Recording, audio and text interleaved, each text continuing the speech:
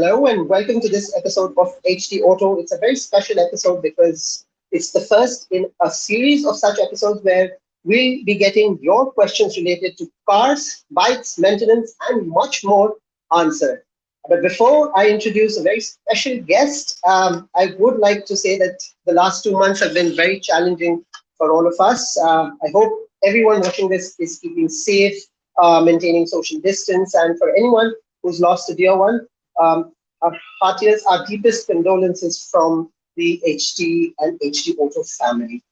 But now it's time to really get this episode started, and let me introduce you to Mr. Murad Ali Baig. He's an industry veteran and an automotive expert. He's here to explain, answer, and really share his views about how the auto industry is shaping up, and will be telling you the answers to questions that you've shared with us.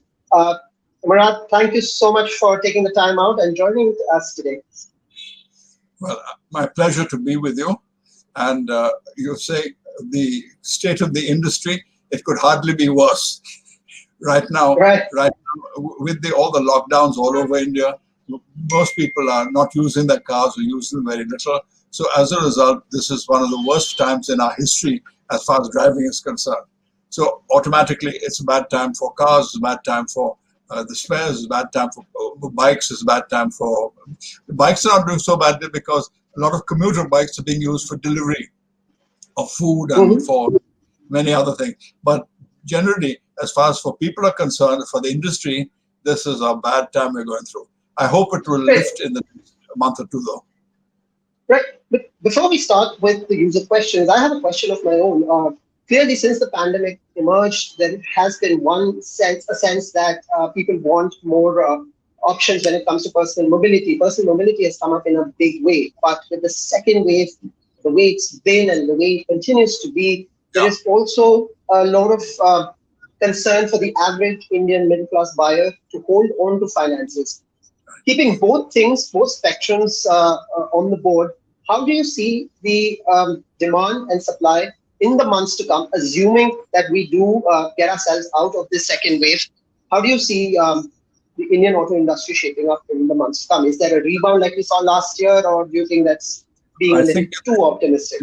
In the short term, I don't think it's going to be very good. In fact, let me say bluntly, in the short term, it will be quite bad. The reason is that not only have the people been immobilized during this lockdown, they've also been short of finances and money. And therefore, while some of them have not been spending so much, on the other hand, their bank accounts and savings and everything else and earnings have been quite badly affected. A lot of people I know have been quite badly affected in terms of their earning power. All right. It's clearly, in the short term at least, not looking too good. That gets me to the first question that was shared with us. Harshal Padalia asked us on Twitter. He is looking to buy an electric vehicle, but he's not very sure considering the infrastructure, the state of infrastructure, especially in tier 1 and tier 2 cities of tier 2 and tier 3 cities of the country. So what he also wants to know is, should he therefore wait and perhaps postpone his decision to buy an electric vehicle, or is it a good time to buy? Not an easy question, because the electric vehicle prices are coming down, mainly because the power packs, the battery packs, which is the very expensive, the most expensive component in an electric vehicle, prices worldwide are coming down, and therefore it may be wise to perhaps wait a little till the prices come down further. But at the present moment, the biggest deterrent in terms of buying an electric vehicle is the initial purchase price. In the long term, it's a damn good investment. Buying a vehicle, using a vehicle, charging a vehicle, none of these are big issues. They can all be solved quite easily. But the basic point is that, let's take a popular EV like the Nexon EV. A Nexon EV costs about 5 lakhs or 7 lakhs more than the comparable petrol diesel Nexon. So therefore, that initial cost is a big problem. Of course, you save money later because the charge of taking little electricity out of your household, I think, is not very much. The efficiency of an electric vehicle is far better than a petrol or diesel engine. I mean, the best petrol diesel engine will get you only about 30% efficiency, whereas an electric vehicle gives you nearly almost 100% efficiency, 90+% efficiency. So therefore, the cost of running is very low. The maintenance is negligible. It has a very long life, and increasingly now the new battery packs give you a reasonably good range. And with an extended wire, you can plug in to any electric point, which is not terribly far from anybody's house. Right. So range and cost are two things that perhaps make buyers a little more cautious when it comes to electric vehicles. But what about options? Because Harshad also adds that he's okay with buying a subcompact SUV like, say, a Sonnet or a Magnite and wait for 5 years before considering an electric vehicle. So when it comes to conventional ICE options in any segment, there are a lot of options, but not so much when it comes to the mass market EVs. How big is the concern there? Anyone who buys an electric vehicle today will not regret it. He will not regret it. The only point is that I think in the forecast would be that the cost of the electric vehicles are going to come down in the future as they become more popular. So therefore, if in my personal capacity, I would buy a conventional petrol or diesel car now and then wait for 2-3 years before I switch to electric. Right. Ashwin, so exactly what Murad is saying is that you wait before you purchase an electric vehicle. You won't regret buying that. But for now, as things are currently, if you want to go for a subcompact SUV, you should go for it and buy the electric vehicle a little later. Which gets me to my second question. We've spoken about electric vehicles, and at a time when petrol and diesel prices are at record levels. So Anshuman has shared a question with us. He's saying, is CNG a good option for him? He adds that he's okay, but his family is a little concerned about the safety aspect considering the Indian summer. So what are the sort of misconceptions that are there with CNG vehicles? The CNG has no issue as far as safety is concerned. There used to be a big problem because there were a lot of illegal, jugaad CNG kits, which were not safe and not properly fitted. The CNG technology is very, very easy, very, but it's got to be done perfectly. It's got to be done by an authorized garage who has all the fitments, all the things, there are no leakages and all the rest of it. If it's done properly, there's no problem. But the downside of buying a CNG vehicle is that it takes a long time in each charge, and in each charge you can only get a mileage of about 150 kilometers. So you have to go to the garage every 2, 3, 4 days. That's, to my mind, I think this is why, even though there's some saving in CNG, no doubt, but that is in the running cost of CNG, no doubt. But there's a capital cost that you have to pay to get a CNG vehicle or to convert into a proper CNG kit. But the point is that I personally don't recommend it. There's a lot of bother involved. But mind you, it's not dangerous. You still can switch back from your CNG back to your petrol engine and carry on. So you can continue using petrol for as long as you like. Right. So you say, but you do agree that A, it's economical, and B, there is really no reason for somebody to be concerned about the safety aspect, assuming that you get the kit fitted through registered, certified agencies, or these days OEMs themselves are getting factory fitted. Correct. All right. The next question is from Siddharth Roy. He says he has a mid-sized diesel sedan of 5 years. It's just done about 25,000 kilometers. But considering how diesel and petrol price gap is reducing, is it okay for him to sell off the sedan and buy another vehicle with a petrol engine? He adds that this is also because he feels he'll get a good price in the used car market in the current situation, because clearly we've seen there is a heightened demand in the pre-owned segment in COVID times. Well, I have to confess that I'm a petrol fan. I know that the diesel engines, the new diesel engine technologies have improved the quality, the fuel efficiency, everything of the diesel engines, so that in terms of sound, in terms of things, and in terms of fuel economy, they're much better than petrol engines.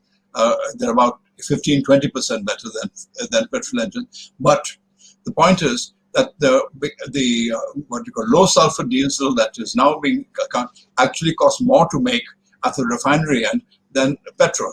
As a result, the government may not be supporting the price of diesel forever. And therefore, at some future date, the government has already shown clear indication that is narrowing the gap between diesel and petrol. And when diesel is no longer a cheap fuel alternative, diesel will make no sense at all. So therefore, in the long term, I would stay with petrol.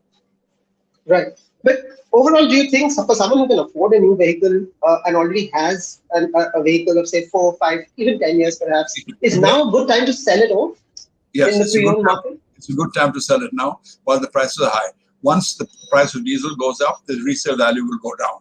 So it's better to sell it now, get a good petrol, and in my opinion, this is my personal opinion. Everybody makes their own choices. But in my personal opinion, I think petrol is a better choice. For also one other reason, that especially among older vehicles, as it gets closer to the what you call it, the 12-year, 15-year time bar, the price value will suddenly drop to nothing. Right, right. So that clear answer to your question: you can, if you can afford to buy a new vehicle, sell off your existing one. We've spoken about cars and fuel. I'll take a question from Somesh Ghosh. He wants to know if now is a good time to buy an electric cycle. He's primarily going to use it for city commuting, or like the first question, he needs to know if it's a better idea to wait. So electric motorbikes, two-wheelers are sort of being considered the platform on which the electric mobility will move in India. But is it a good time to buy? I think it's a damn good idea. I think it's a very good idea, because you see, what happens elsewhere in the world eventually happens in India. But remember one thing, that as far as two-wheelers are concerned, bikes are concerned, there's a difference between the performance bikes, like your BMWs, like your Ducatis, and like your Harley Davidsons. These are performance bikes which cost as much as a car, or more in some cases. And the other is the commuter bikes. Now, people who need a bike to go to work and back, or to deliver parcels or whatever it is, for them, a commuter bike, an electric bike is a damn good choice. Very easy to get points where you can get them charged. They don't take much time to charge, and the cost of fuel is almost negligible, whereas the cost of petrol is getting to be increasingly quite a burden, even for motorcyclists. So therefore, I would say this is the time. And remember, the efficiency of electric vehicles is such that today almost all the two-wheelers, let's say in China, are all electric. So if it happens, and if it makes sense in China, it'll make sense in India. But Murad, there's really no debating about the benefits of an electric vehicle, whether it's an electric car or an electric two-wheeler. But is now a good time, or do you see the prices coming down in the future, in say the next 2, 3, 4, 5 years even? So if that happens, somebody who purchases it now may have a feeling that it was a little short change, he could have waited and gotten a better deal. Yeah. But if let's say, especially in two-wheelers, because the two-wheelers, the volumes are more, so that the scales of the economy are better. In a two-wheeler, the electric vehicle will save money from day one. And the difference on cost is see, the technology involved with the electric vehicle, especially electric two-wheeler, is quite simple. Let's say a car has something like 10,000 parts. An electric vehicle, let's say in the powertrain, forget the what do you call it, the nuts and bolts of the body and all the rest of it, or the steering and all the rest of it, just the powertrain. In the powertrain, there'll be about 10,000 parts in a diesel or petrol car, whereas there are only less than 100 parts in an electric vehicle. So therefore, the only expensive parts in the electric vehicle are the battery and the motor. And therefore, these are, everything else is very easy, fit and forget. Repairs, servicing, everything else is dead easy. So electric vehicles in the long term are a damn good choice. In the short term, the point is only the price of these imported things. If I were in the position to advise the government, I'd say lower the customs duty, excise duty, and all the taxes on the electric, imported electric motors and electric,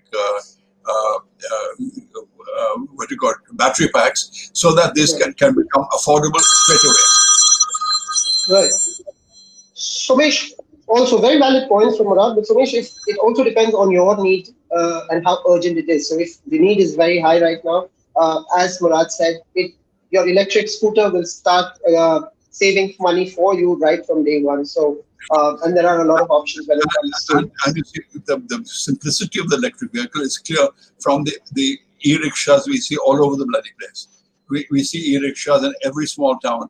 And these are not made by organized factories. These are made by roadside workshops where they put a battery pack, a normal ordinary lead acid battery pack, a imported motor, and a basic lighting kit and brake kit, and all, and the rest of the part is easily within the technical capabilities of the street mechanics. Right. It's very simple. Understood. Somesh, so there you go. That's the answer to your question. Let's move on to Niti Ramesh, who has a question about components, it seems like. She says, tires of my 4-year-old car are moderately worn.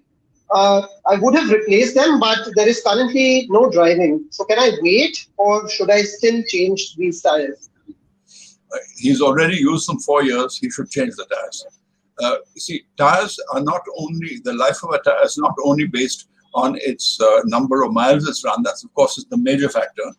But it's also dependent. It's also dependent on the number of years. See, the rubber compound, although the rubber compounds have improved a lot over the years, the rubber compounds are still organic, and therefore they are subject to time, aging in time. So therefore, after a while, the rubber tends to get dry and crack, and therefore they become unsafe. And therefore, in case a car is not being used enough, and if he's only done 15,000 kilometers, say, in 4 years, then it does.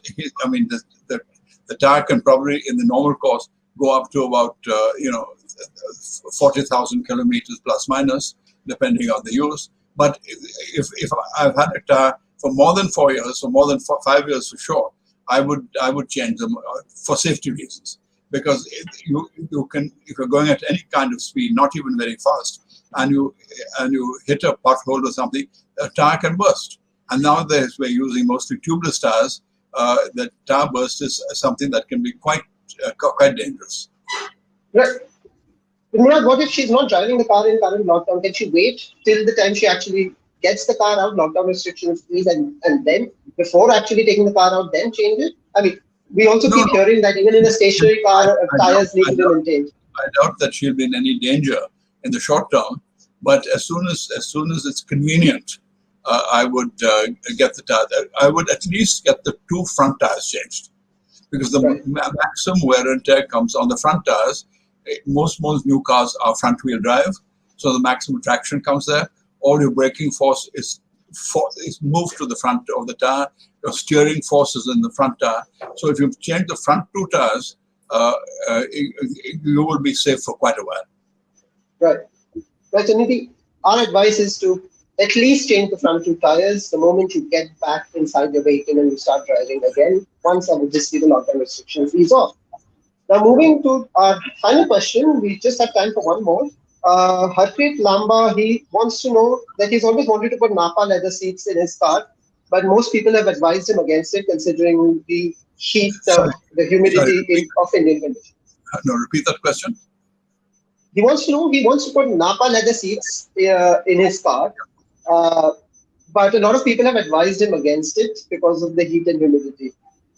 Is it a good idea to put leather seats in a car? Change the approach? Yes and no. Basically, leather seats are definitely better than vinyl or synthetic fabrics or cotton. They absorb, they diffuse the heat better in air conditioning or heating. They are shiny and smart. They don't get stained and dirty. There are some advantages, no doubt, but a full set of leather seat or seat covers will cost 1 lakh more than a standard fitting. Also, remember that in a smaller car, in a smaller car, the if you're having what do you call it, leather fitted seats, I mean, put it on top of the existing fabric, it will also increase the thickness of the seats by nearly about 4 or 5 millimeters. So that it somehow affects your amount of leg room you have in your car as well. So the thickness of the seat covers is also a small factor to consider. What about the jumping jack effect?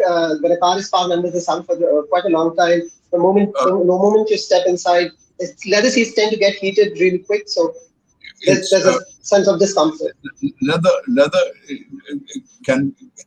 you can get quite hot leather seats as well. Leather is a very good insulator, no doubt. But now you have very good fabric seats and so on. So therefore, I don't think that's a big issue.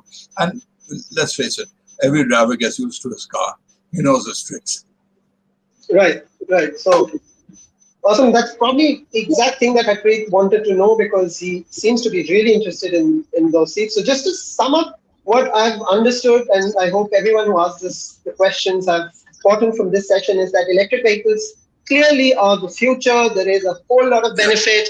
And yes, options may not be too many now, but that's something that's going to change in the times to come. Also, CNG can be a good option for somebody who wants to buy it, but then there is that hassle of going to a refueling station quite frequently, despite the fact that you can also switch back to petrol. Murad also mentioned that now is perhaps the best time to get the best price for your used vehicle in case you want to sell it off and buy a brand new vehicle. And tires, don't ignore them. They are really the foundation on which your car is standing and moving on. So if you see that they are sort of worn, you should get them changed as soon as is possible. Murad, it's been very insightful. You've given very specific, clear-cut answers, and I really hope that our audience, our readers, have found this insightful. To everyone who's been watching this episode, thank you so much for tuning in. We'll be having more such sessions with Murad. So do write to us on our social media platforms. We're active on Twitter, Facebook, and Instagram. Do post your questions. We'll try our best to get them answered. Thank you, Murad, and thank you, everyone. Stay safe and stay healthy.